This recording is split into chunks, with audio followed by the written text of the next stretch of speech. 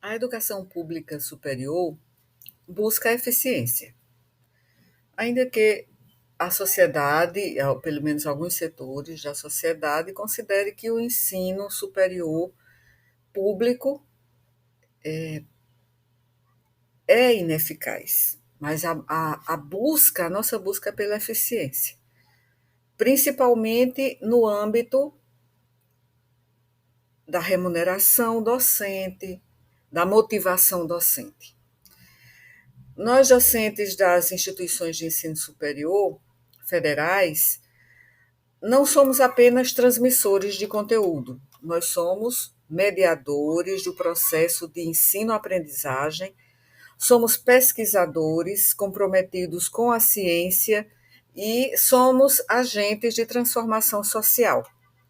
Então, nossas trajetórias acumulam vivências que vão além do domínio teórico, enriquecendo a prática educativa com perspectivas multifacetadas que dialogam com os desafios contemporâneos. Então, investir no reconhecimento pleno da nossa atuação é fundamental para garantir a qualidade e a relevância da educação superior federal, pública, que seja federal e estadual, no Brasil. Além disso, a valorização dos docentes deve incluir a promoção, né, de políticas públicas que reforcem essa qualidade, né, de excelência e que incentivem a nossa formação continuada e fomentem a inovação no processo de ensino-aprendizagem. Então, reconhecer esse papel dos professores como pilares do desenvolvimento social e científico é indispensável nas nossas instituições federais de ensino superior para que cumpram sua missão de transformar vidas e contribuir para o progresso, né, do nosso país. Essa minha reflexão da prática docente hoje, que vai ser a reflexão número 11,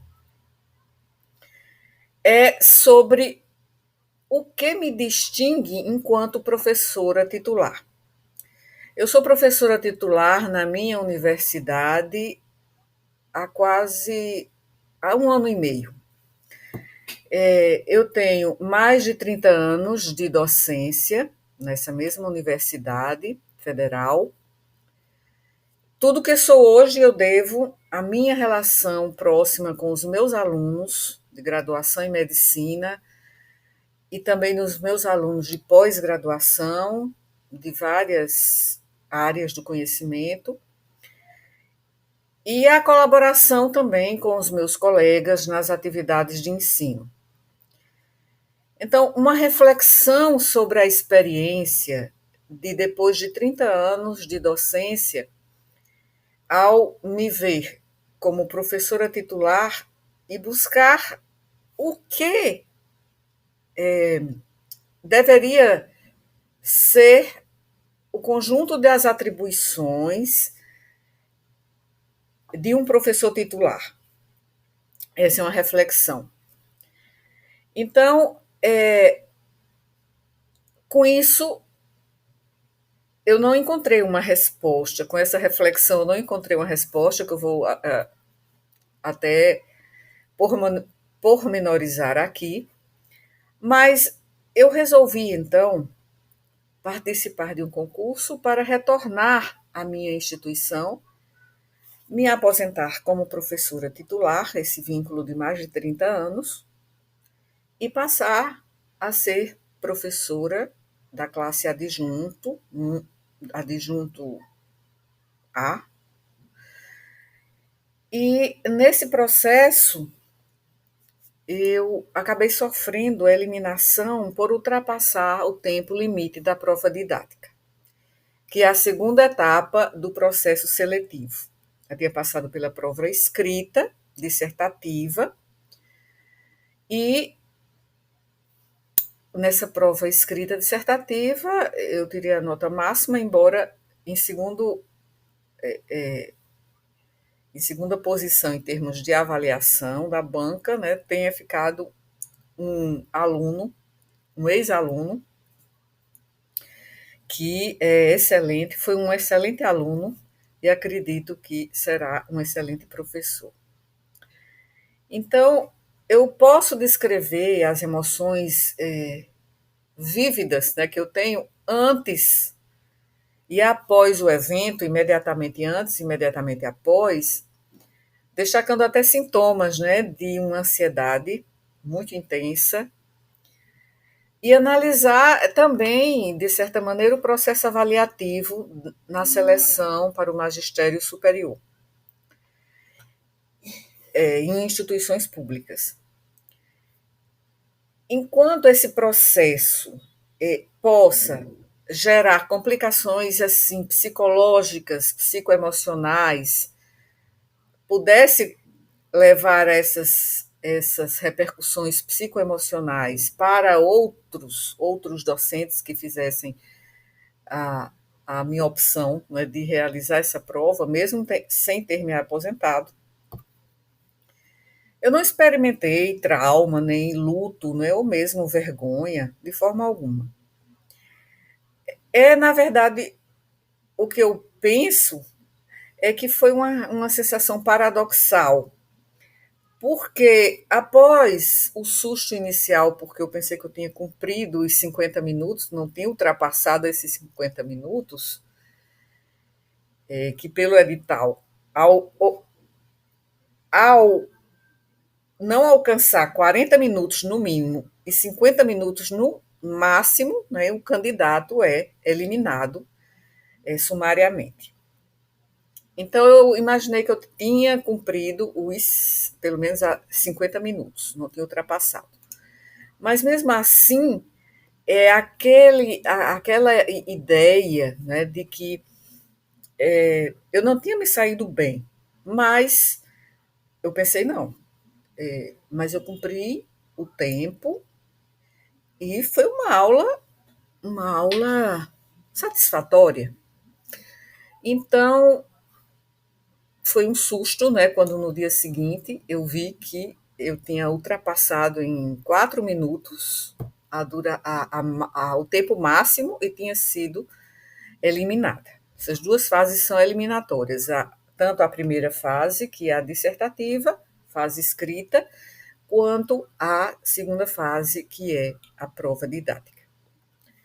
Agora, eu não vou avaliar como foi o processo em si, senão é o objetivo aqui é ter uma reflexão da prática docente.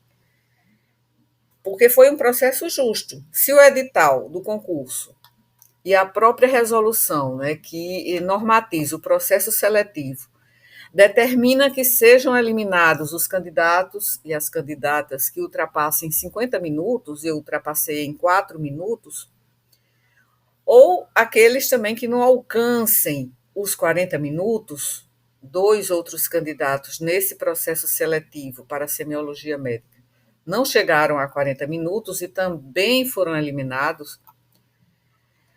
Mas, assim, eu questiono o processo em si, como ele acontece.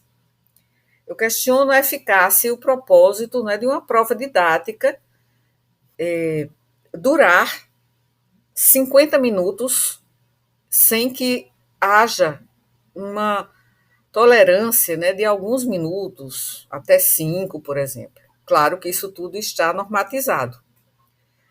Mas, veja, como uma professora com décadas de experiência, né, quer dizer, uma avaliação pontual não é capaz de refletir a contribuição de uma vida dedicada ao ensino, à pesquisa e à extensão. Esta é uma reflexão pessoal que transcende o caso individual também, porque se torna uma crítica a esse sistema acadêmico. As universidades, ao utilizarem métodos avaliativos, né, como aulas de curta duração, claro, uma aula, teoricamente, ela deve durar 50 minutos. Mas aqui se trata de um processo seletivo. Então, isso cria situações ocasionais de muita ansiedade, especialmente para professores experientes, como foi no meu caso. Mas, assim, eu escolhi participar desse processo seletivo, não foi algo necessário, obrigatório, e não é algo que está nas intencionalidades da maioria dos meus colegas. De já ter completado o tempo para a aposentadoria, aspirar ao fim daquele vínculo, só o vínculo funcional, mas continuar ainda na docência ainda por 2 décadas, mais ou menos.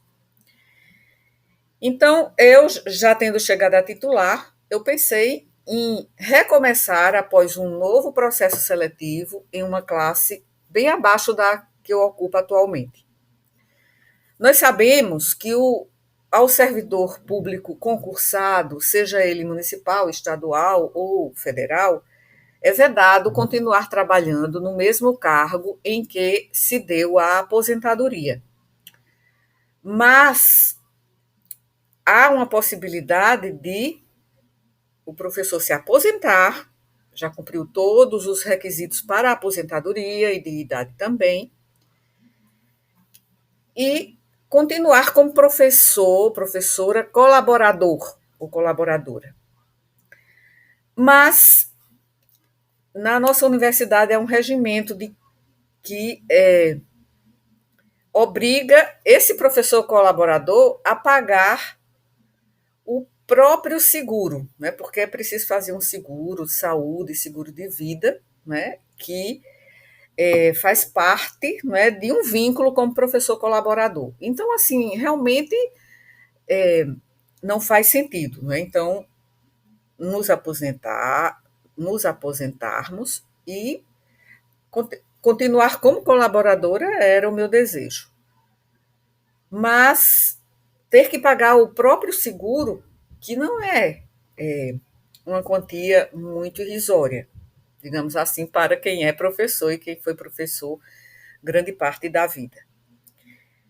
Então, na universidade há relatos de casos semelhantes ao que eu pretendia. É a aspiração por fechar um ciclo e começar outro, e já ter a aposentadoria assegurada, né, em um país como o nosso, em que graça à insegurança jurídica atualmente.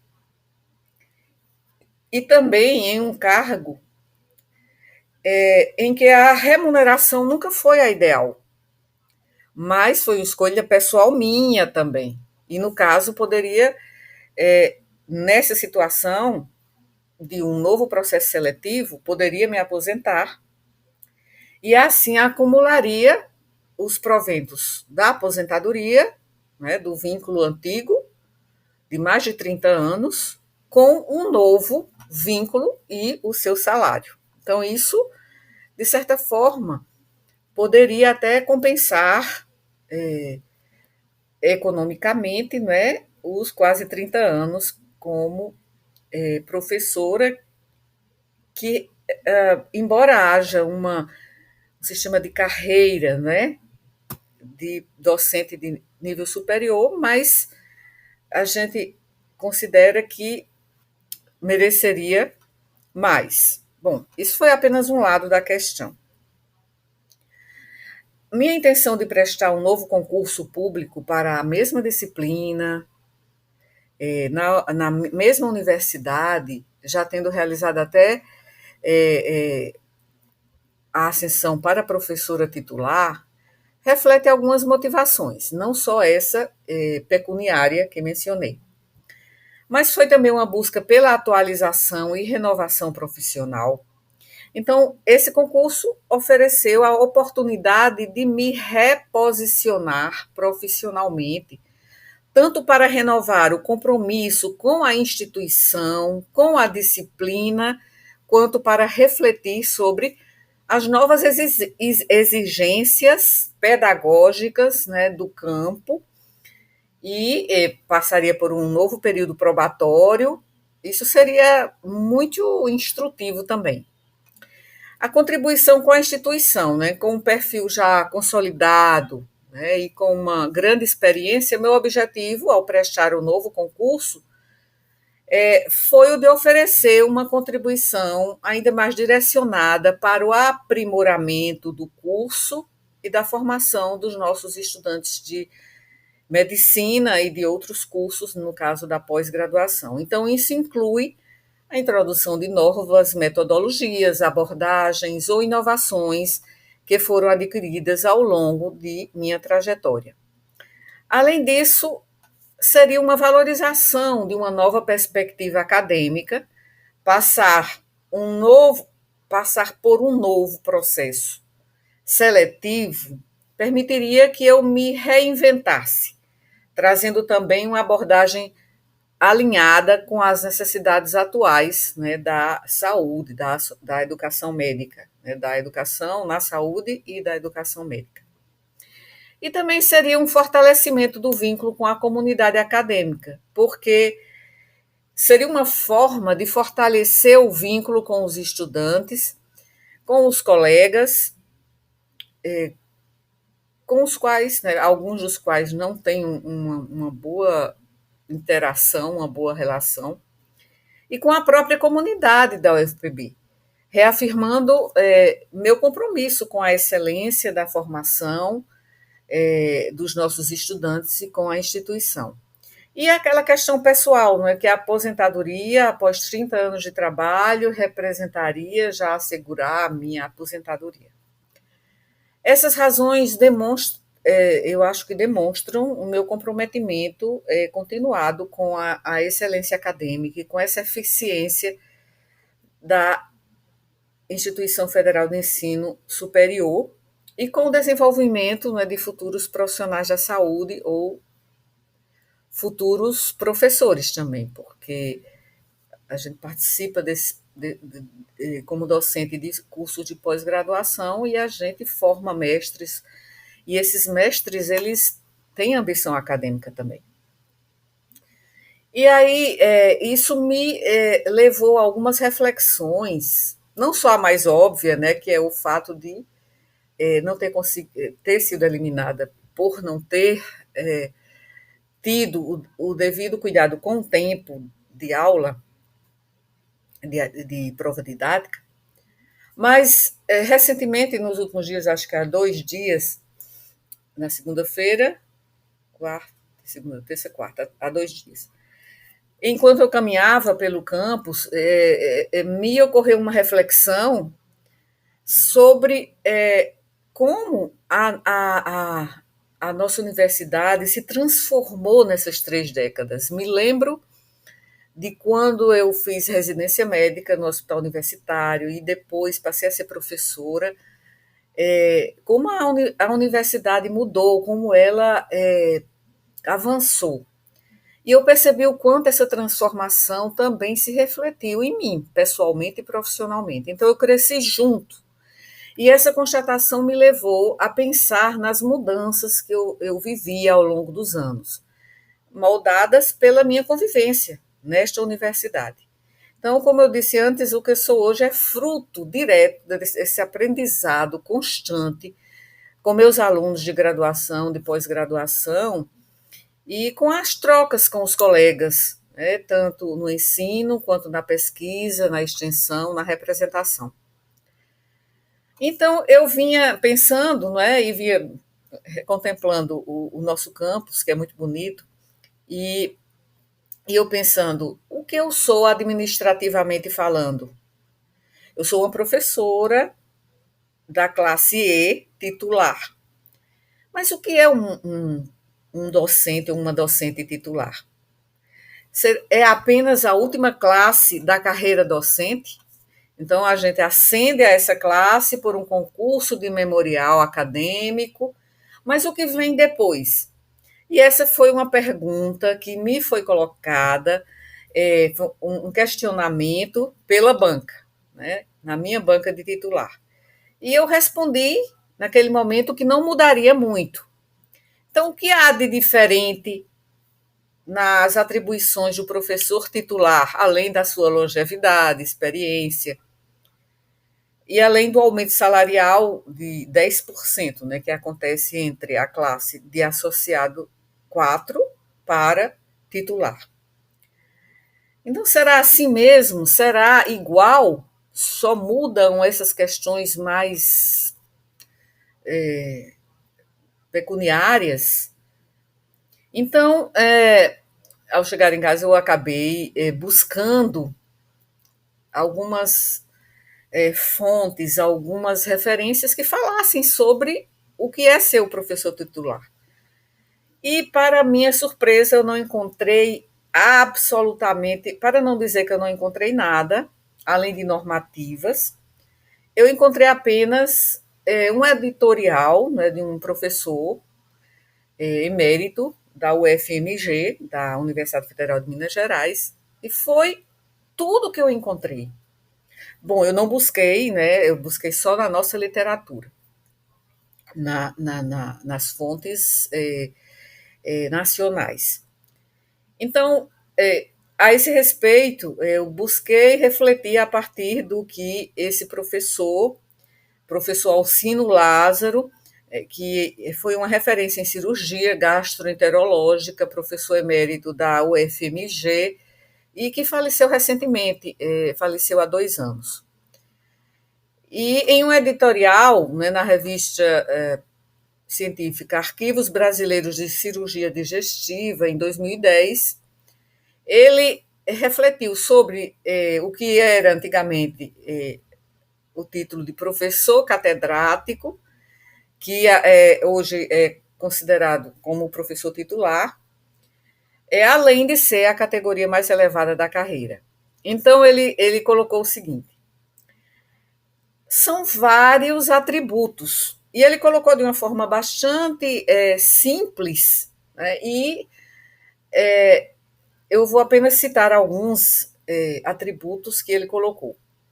Saber para convencer foi o primeiro item que ele colocou, que se refere à necessidade de domínio do conhecimento, não apenas como forma de ensinar, mas como ferramenta para,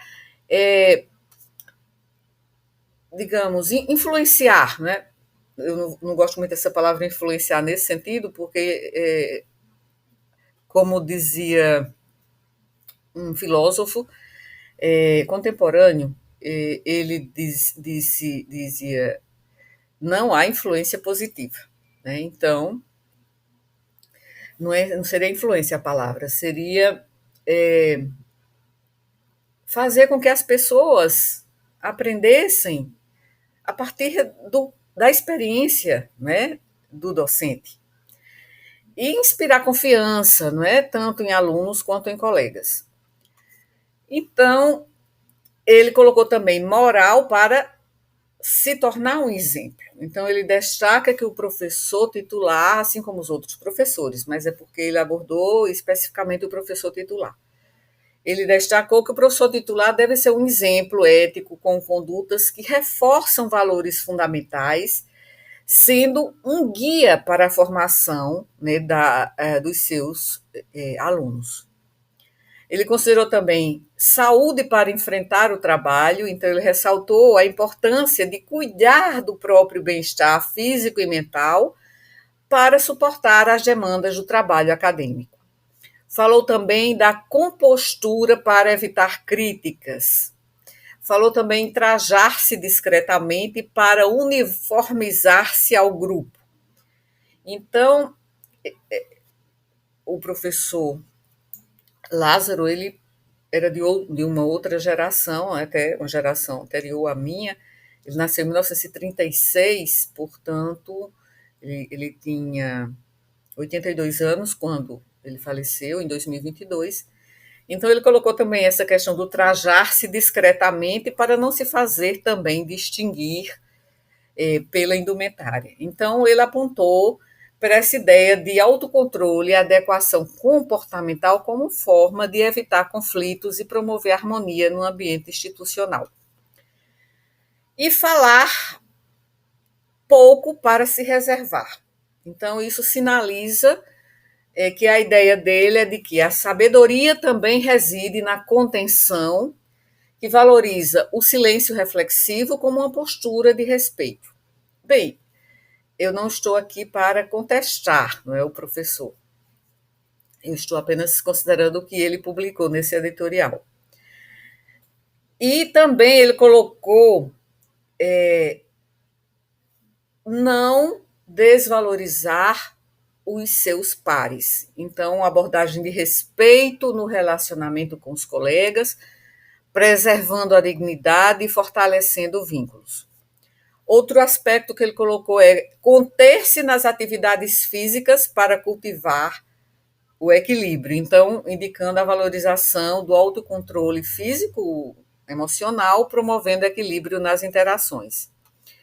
Refletir ininterruptamente para estimular essas mesmas qualidades nos pares, nos nossos pares.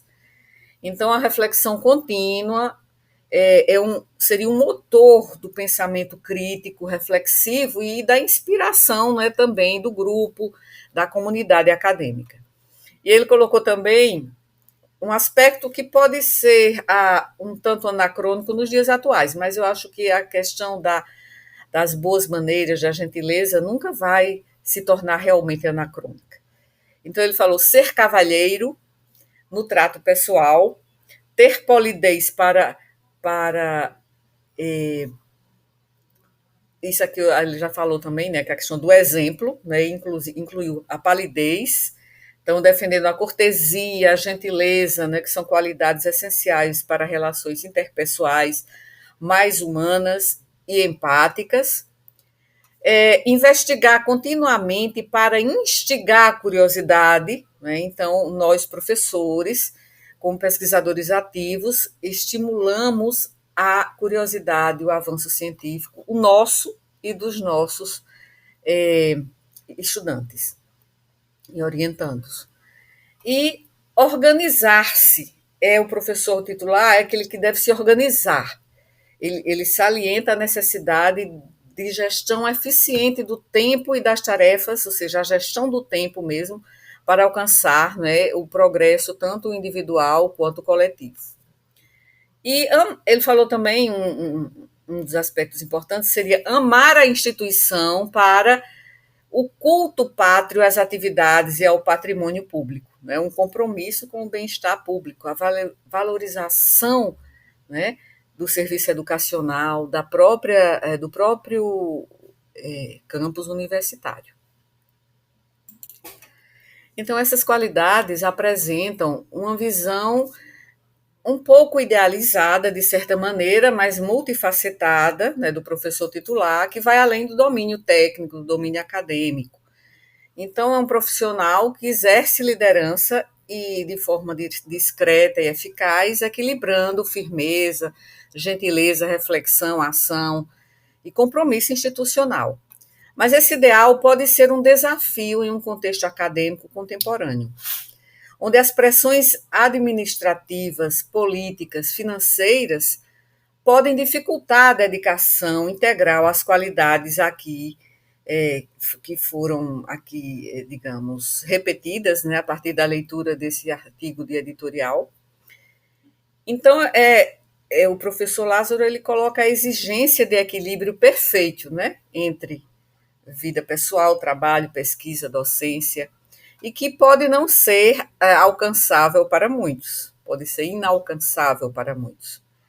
E, além disso, algumas características, como, por exemplo, comportar-se para evitar críticas ou conter-se nas atividades físicas, podem ser interpretadas como normativas e muito conservadoras, reforçando a imagem do professor titular como alguém que se adequa aos padrões pré-estabelecidos, em vez de desafiar o status quo quando necessário, que foi justamente o que eu fiz ao me submeter a um novo processo seletivo. Então, mas o pensamento do professor Lázaro, ele reflete um ideal elevado do professor titular, e aí ele coloca, né, esses critérios éticos, intelectuais e sociais. E, embora inspirado, ele também requer uma análise crítica das condições institucionais e estruturais que permitem o estudo dessas qualidades. Em última análise, trata-se de um chamado ao professor titular para ser não apenas um especialista em sua área, mas também um líder humano e ético, capaz de influenciar positivamente a academia e a sociedade. E é o que eu acredito que um dos meus colegas, que passou a ser titular, dois colegas meus, que passaram a ser titular antes de mim, eles representam, que é o professor Arnaldo, o chefe do meu departamento atualmente, e o professor Eduardo Sérgio. Então, acho que eles representam tudo isso.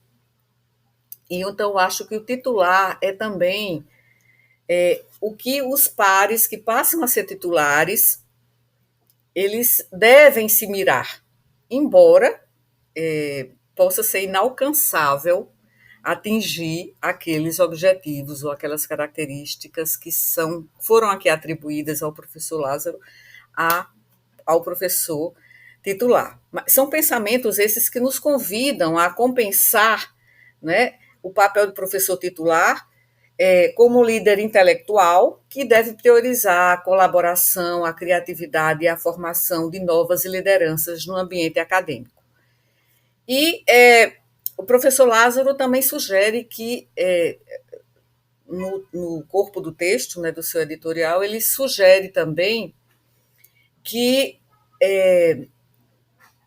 a gente, como professor titular, os departamentos acadêmicos precisam equilibrar as funções político-administrativas com incentivo ao desenvolvimento intelectual e à criação de oportunidades, promovendo um ambiente mais propício à inovação e à inclusão.